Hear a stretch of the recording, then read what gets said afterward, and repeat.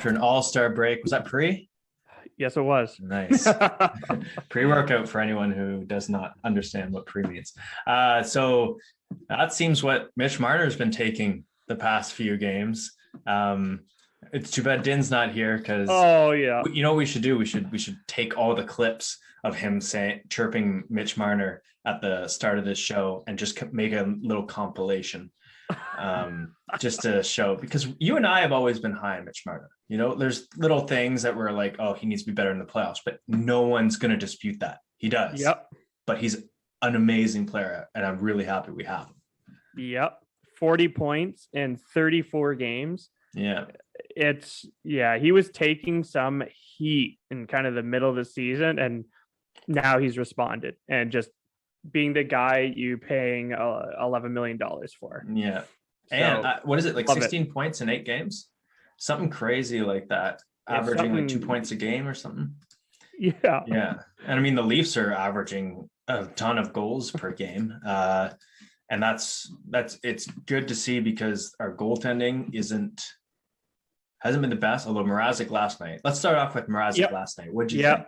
I was going to give him first star. I thought he was awesome, and he just seemed poised and like nothing was too big, and his acrobats are amazing. Mm-hmm. So in a game like this where you end up winning and he plays well, I don't mind seeing him flying all over the place. Yeah. He's so fun to watch. Yeah. Yeah. Would you say any of the goals were his fault? No. Oh, the 8-second one in the third period. It was questionable, but also, what do you do? Questionable. Unreal shot. Yeah. Yeah, that one I would have liked them to have probably. But he also probably was just chilling. He probably just had a sip of his water, turned around, and the guy was like right in his shit. It was D'Angelo, their defenseman. Like such a weird. Anyways, that was a playoff game last night. That was fun. Yeah, it was fun. And like whenever I would look at the TV at work, it was just like there's always seemed to be something happening. Props to Freddie Anderson. I know we weren't Freddie Anderson fans really at the end of his tenure. Not to say that he wasn't a great goalie for us. He's one of the best goalies in our lifetimes. Anyways, if not in our lifetimes, would he have been the best Toronto Maple Leafs goaltender? I don't know. That's a topic we can get into on a different day. I don't. But I'm trying to think back. Like we had James Reimer, Vesa Toskala. Cujo was a little bit like, I don't remember. Cujo. I feel like he came near the end. Like he was kind of. I really don't remember. But much. I can't remember the stats of like players I watched when I was 12. We had Ed Belfour, and he was, from my childhood anyways, he was my favorite Leaf goalie. And we only had him for 1 or 2 years or something like that. But then we had like Andrew Raycroft and Ben Scrivens, and we've had a tough time. Ben. So I think Freddie might have gotten the top. Anyways, he played awesome last night. Both goalies, you can tell against their former teams, were just they're wanting to win it. And Mitch Marner, against his they're good friends, him, Mitch, and Austin. And you could tell that they wanted it. You could tell Anderson wanted it to throw in their face, and you could tell that Marner and Matthews wanted to throw in his face. Oh yeah. And Mitch's goal too was like off a just complete breakdown of the Carolina defense, and to score a goal like that against Freddie, I bet he was pissed. Yeah, and it was funny too. Pissed, do you see the after Nylander's goal? I love that. It was just like smiling because it like bounced off him and then he just put it in. He was just like, it wasn't like the puck. It was it was fun. His smile wasn't I just scored. It was like, haha, Freddie. That's what it looked like to me. Yeah. It wasn't like a fuck yeah. It was like a ha. Gotcha. So that's always nice to see. What did you think of our defense last night? Frick. Travis Dermott was someone who was really slipping and starting to take some heat, and like maybe we should trade him. And now that was a good recovery game. I really liked him. Other than that terrible play Hall did, where he just lost sight of the puck and then went in front of the net without covering the guy, and they scored. Other than that play, impressed with him as well. And then everyone else I expect to play well. And overall, really enjoyed the D. Yeah, and Except for the 8 seconds again. Phrasing. Really enjoyed the DA. And it looks like we are going to get Jake Muzzin back for the next game against Calgary. So that will be nice. It'll be nice to see how he responds. I'm really hoping he healed from whatever the hell was going on there. Yeah. And I want to shout out downtown Stephen Brown for those of you who haven't checked out his most recent video. It was good at kind of examining some of the Leafs trade rumors. We've done that a bunch on this show, but he brought up 2 stats that I thought I should mention here. I want to give him credit for, well, not him, but wherever he found him. And it was that both Rasmus Sandin and Timothy Liljegren, when they're on the ice so far this year, have controlled a majority of shot chances, shots on goal, and time of possession. And that's both of them. Now, he also mentions, granted, Timothy Liljegren is in more of a sheltered role. Rasmus Sandin is playing, I think, the 4th most minutes in defenseman. And then, so, granted, it's a little bit sheltered for both of them, but both of those stats, eye test can tell us that Liljegren has been like, we still got to see him grow. But those stats speak for themselves, you can do a lot worse than have him as your 5th or 6th D-man. Yeah, he's really growing into becoming an NHLer because last year, Sandin got a couple looks. I feel like Liljegren got even less. Yeah, he got like 3 games, I think. Yeah, so this year is really his first trial, and he's killing it. Yeah, and Sandin he's one where the eye test will tell you he does control a lot of play on the ice. But Liljegren is one that I was a little bit surprised of because I think you only notice the plays that he really makes big blunders on. And some he'll be the one that will make pretty obvious mistakes, falling down and tripping someone with his head and somehow getting a penalty. He was one that I was surprised by. So it's good to see that if you need those guys, I do think we go out and get a defenseman, whether it's a top 4 guy or a depth guy, but those guys can step into the role. And are the Maple Leafs the best team in the NHL, in your opinion? I think in our conference for sure. I think they're the best. So with that being said, I'd probably say the whole NHL. We have so many games in hand and we're only a couple points off first place. So I just think our overall play has been awesome, especially this stretch that we're on. We're just after that kind of weird Western trip where we're kind of, and we still went 500 sluggish. That's we were crazy. Playing bad and we're 500. So after we're COVID, all freaking out. After all the COVID cases, and now he just sent a reminder to the rest of the league last night that he's still got it. I love that. I know some people just hate fights and the guy did a dirty play, so Wayne Simmons went and beat him up. That's what you want. Exactly. A little bit of, especially the playoffs. That's what we've been really lacking, and especially because we don't have Jake Muzzin in the lineup right now. Nick Ritchie has been sent down. So Wayne Simmons is the only guy that's going to do that, unless you're Jason Spezza in game 4 or 5 and just, but who else is going to do it? So that's his role right now. I think he's probably just settled into that a little bit more. He's probably realized I don't need to do much offensively. Maybe in the playoffs, that's when you need me to step up a little bit. And because he has had injury stuff in the past, maybe just taking it a little bit easy, and the coach is taking it easy. That's why I'm not too worried. But it's one of those things where you would just like to see a little, because he has spurts where he still looks like a good hockey player, and then there's just times where he looks like Kyle Clifford. Yeah. Did you have any top performers you wanted to throw out? Besides the obvious. I'm gonna go a little bit off and I'm just gonna say Michael Bunting again. 2 of the goals, if he doesn't forecheck, they don't happen.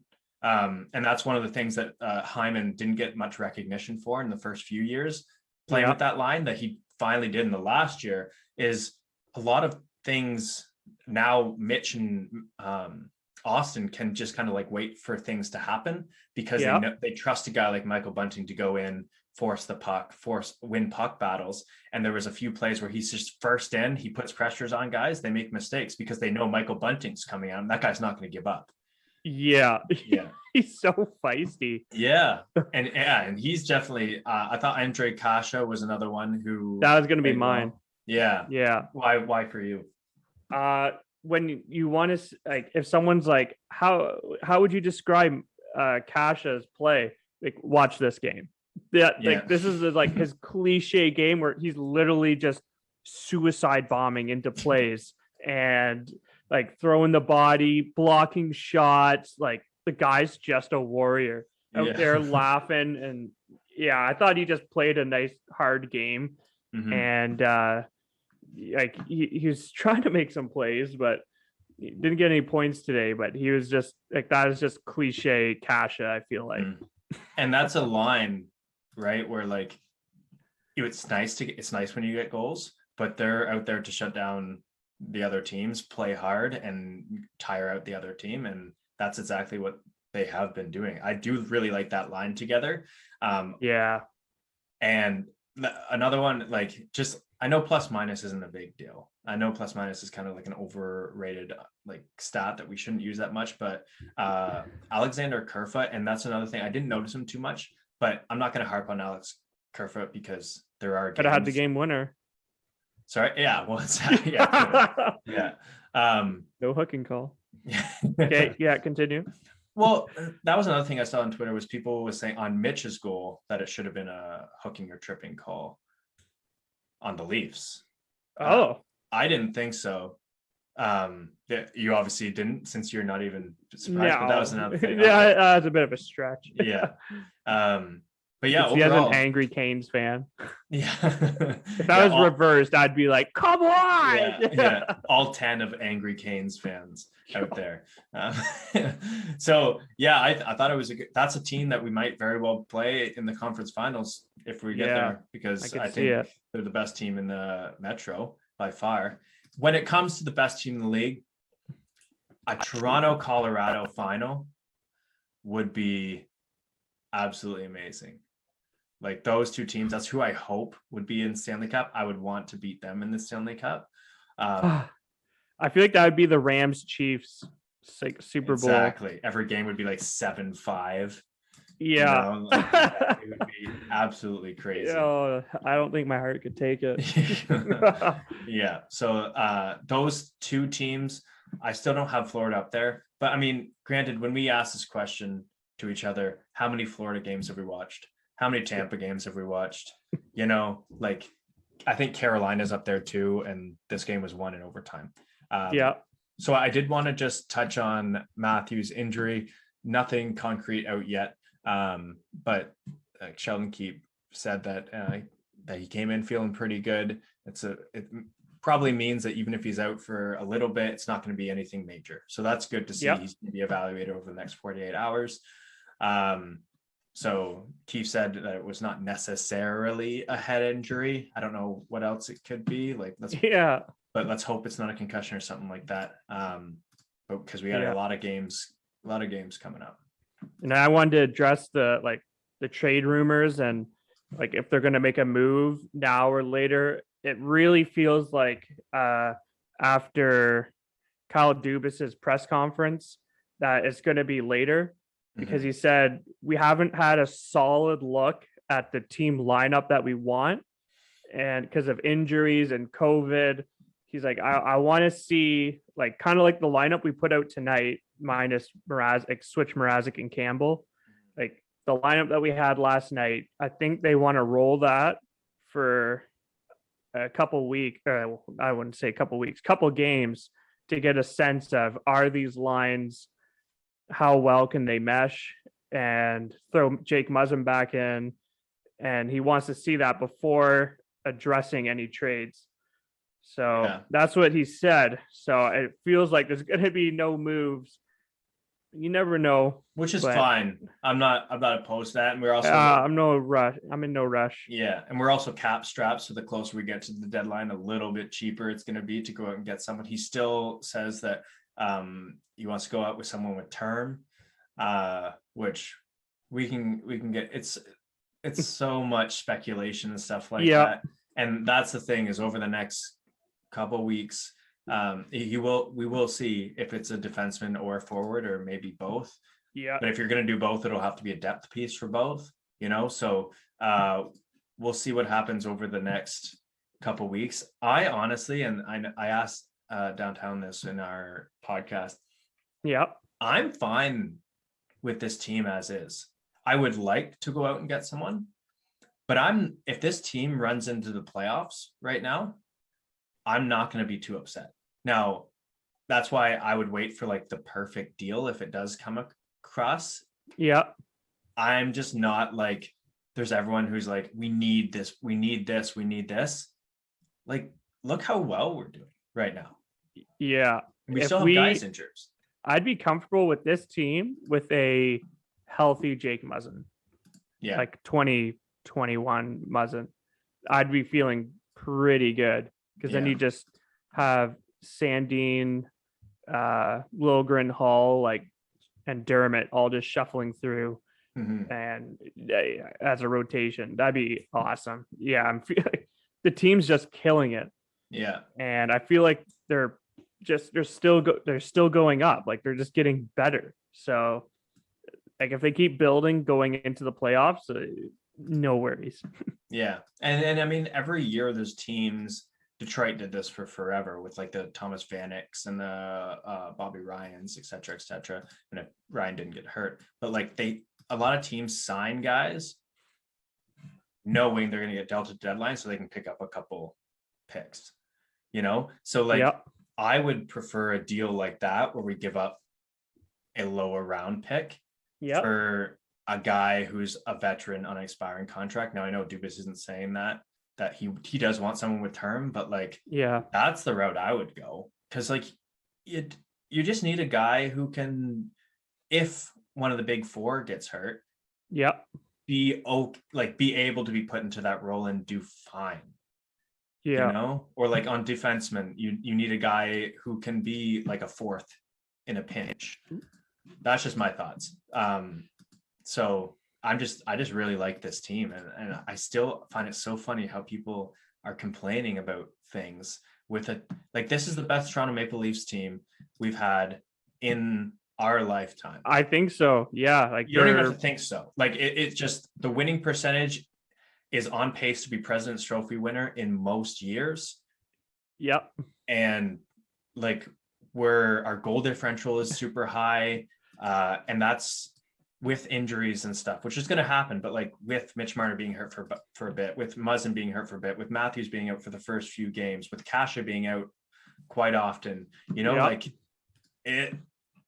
Two rookie defensemen, basically. Yeah, everyone just needs to enjoy the Toronto Maple Leafs right now. Yeah, because they're going to look back and see this record and be like, oh my God, this must have been such a sick year to watch. Yeah. Like, oh no, we complained the whole time that they weren't good enough. How are we going to re-sign blank? How are we going to do what about the playoffs? It's like, let's just enjoy this right now, because if you're just going to say, what about the playoffs? Don't watch.